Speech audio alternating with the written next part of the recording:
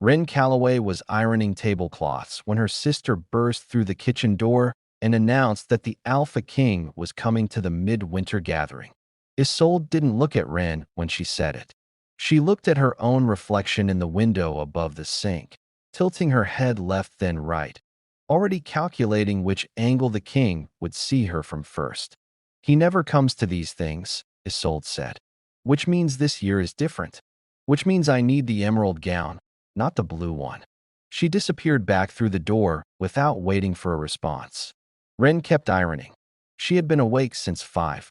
She had restocked the food pantry, confirmed the seating arrangements with the pack hall steward, bandaged a cut on young Toby's knee when he came to the back door crying, and started on the tablecloths before the rest of the house had opened their eyes. Nobody asked her to do any of it. Nobody noticed that she had.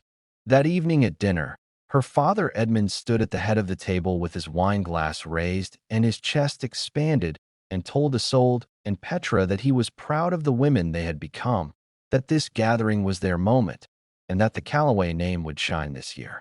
He sat down without looking at Wren. She reached across and refilled his glass when it emptied. That night, she lay in bed staring at the ceiling and felt nothing dramatic about any of it. She had stopped feeling dramatic about it years ago. That was the thing about being overlooked for long enough. Eventually, it stopped cutting and started simply existing inside you like an old scar, flat and numb and entirely unremarkable. She was 29 years old. She had never received a mating offer. She had never been the daughter Edmund introduced first. She had never been the one the room turned toward when she walked in. She was not going to the gathering to be seen. She was going because someone needed to make sure the Omega children ate before the adults crowded the food tables. She was going because that was what she did. She showed up and made things work and stood at the edges and waited for it to be over. She told herself that was enough. She almost believed it. The Calloway Pack Hall was everything Edmund had spent 3 weeks engineering. Candlelight bounced off polished stone. The women of the pack moved through the room in silk and careful smiles. Isolde had chosen the emerald gown. Petra had hired someone to arrange her hair into something that looked effortless and had taken 2 hours. Edmund circulated near the entrance with the energy of a man running for election. Wren wore the silver-gray dress she wore every year. It was clean and it fit, and it was entirely forgettable, which suited her fine. She found the Omega children near the back tables and quietly began making sure they had plates before the main crowd descended on the food. A little girl named Bess tugged her sleeve and asked if there were honey cakes, and Wren checked and found 2 left on the tray and saved them both without telling anyone else they were there. She was handing Bess the second cake when the hall went a different kind of quiet. Not silent, just shifted. The way a room shifts when something it wasn't expecting walks through the door. Wren looked up. Caspian Vale entered the hall with 2 advisors at his shoulder and the particular stillness of someone who had learned very early that every room he entered would rearrange itself around him and had stopped finding that interesting. He was tall and composed, and he scanned the room once with dark eyes that gave nothing away. Isolde straightened near the entrance. Petra laughed too loudly at something nobody had said. Edmund began moving toward the king like a ship catching wind. Caspian nodded at his advisor and kept walking.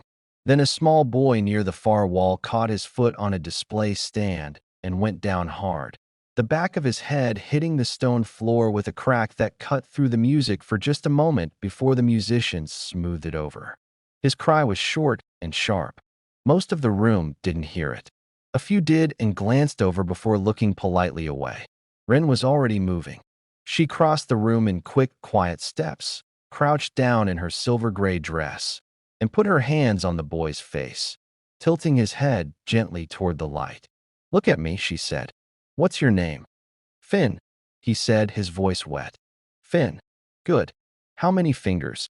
She held up 3. 3. Good boy. She checked the back of his head with careful fingers, found no blood, and said, "Can you laugh for me? Anything funny. Make something up." Finn thought about it with great seriousness and said, "My uncle fell in the pond last summer chasing a duck." Wren laughed first, and Finn followed, and she held him steady until his mother came pushing through the edge of the crowd 2 minutes later, breathless and grateful. Wren stood, smoothed her dress, and turned back toward the food tables. She did not look around to see if anyone had noticed. Across the hall, Caspian Vale had not moved in 3 minutes. His advisor had said something to him twice. He hadn't heard either of them.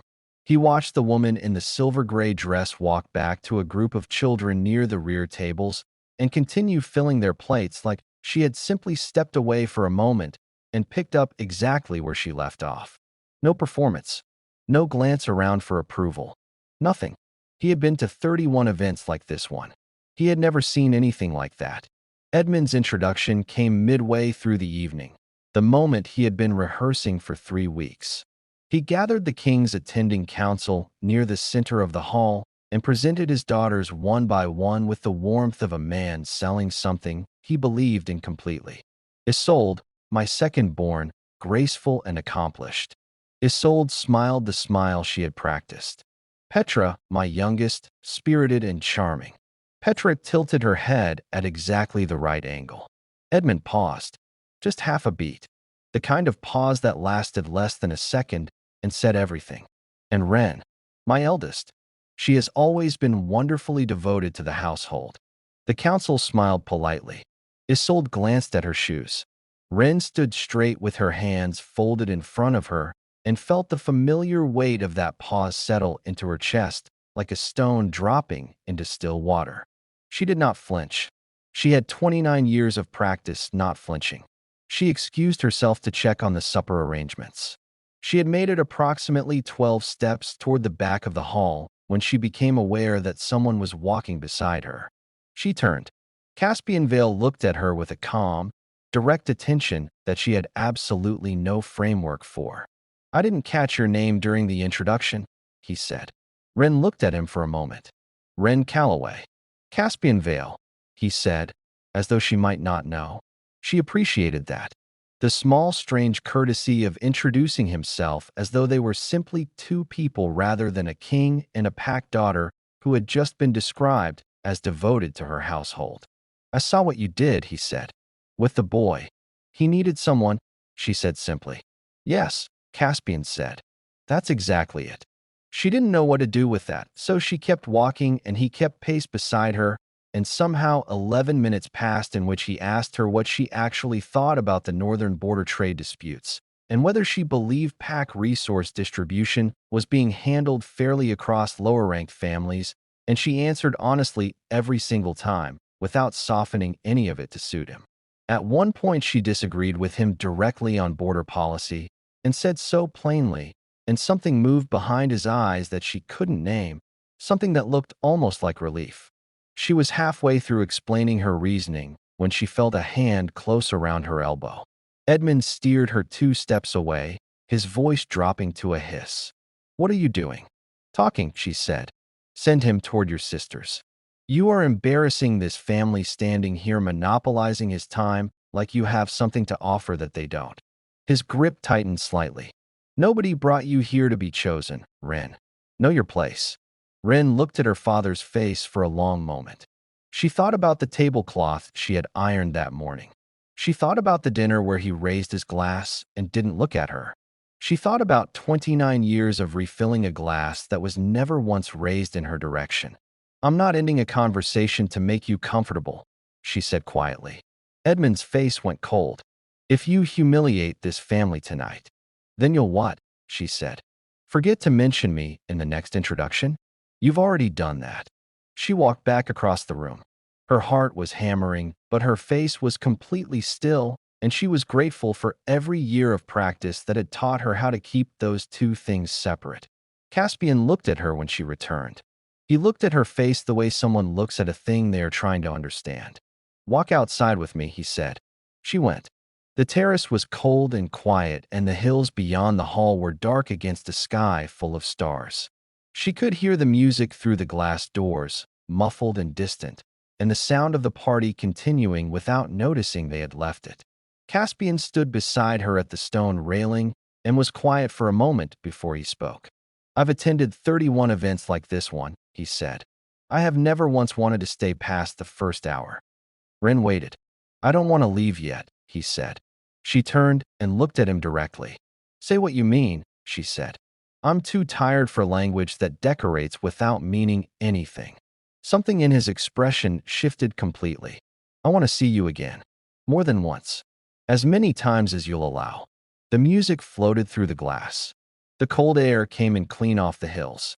Through the tall doors, she could see Wren Calloway watching them from inside the hall, his expression moving from fury to something that looked, for the first time in her life, like he was recalculating what she was worth. She didn't look at her father. She looked at Caspian and said, I don't perform well. I don't say things because they sound right. I don't know how to be a packed daughter who glitters. I know, he said. That's why I'm standing here. 3 days later, a letter arrived at the Calloway household bearing the Vale seal, addressed to Wren specifically, in handwriting that was not a secretary's. Not to the family. Not to Edmund. To her by name. Edmund held it at the breakfast table. It was not his to open. She watched him understand that, watched him sit with it, watched something in him reckon with 29 years of a daughter he had treated like furniture who was suddenly being written to by the most powerful man in the kingdom. She took the letter from his hand without a word and read it alone in her room with the door closed. She read it twice. Then she sat for a long time in the quiet and let herself feel, for the first time and longer than she could remember, like someone the world had been waiting to arrive at. She was not saved. She was not rescued. She was not transformed. She was simply, finally, seen. And she was only just beginning to let herself believe that she had always been worth seeing. Asterisk if this story moved you. Subscribe to this channel, drop a comment telling us what hit hardest, and like the video so more people find stories like this one. Wren deserved to be seen. Make sure this story is too.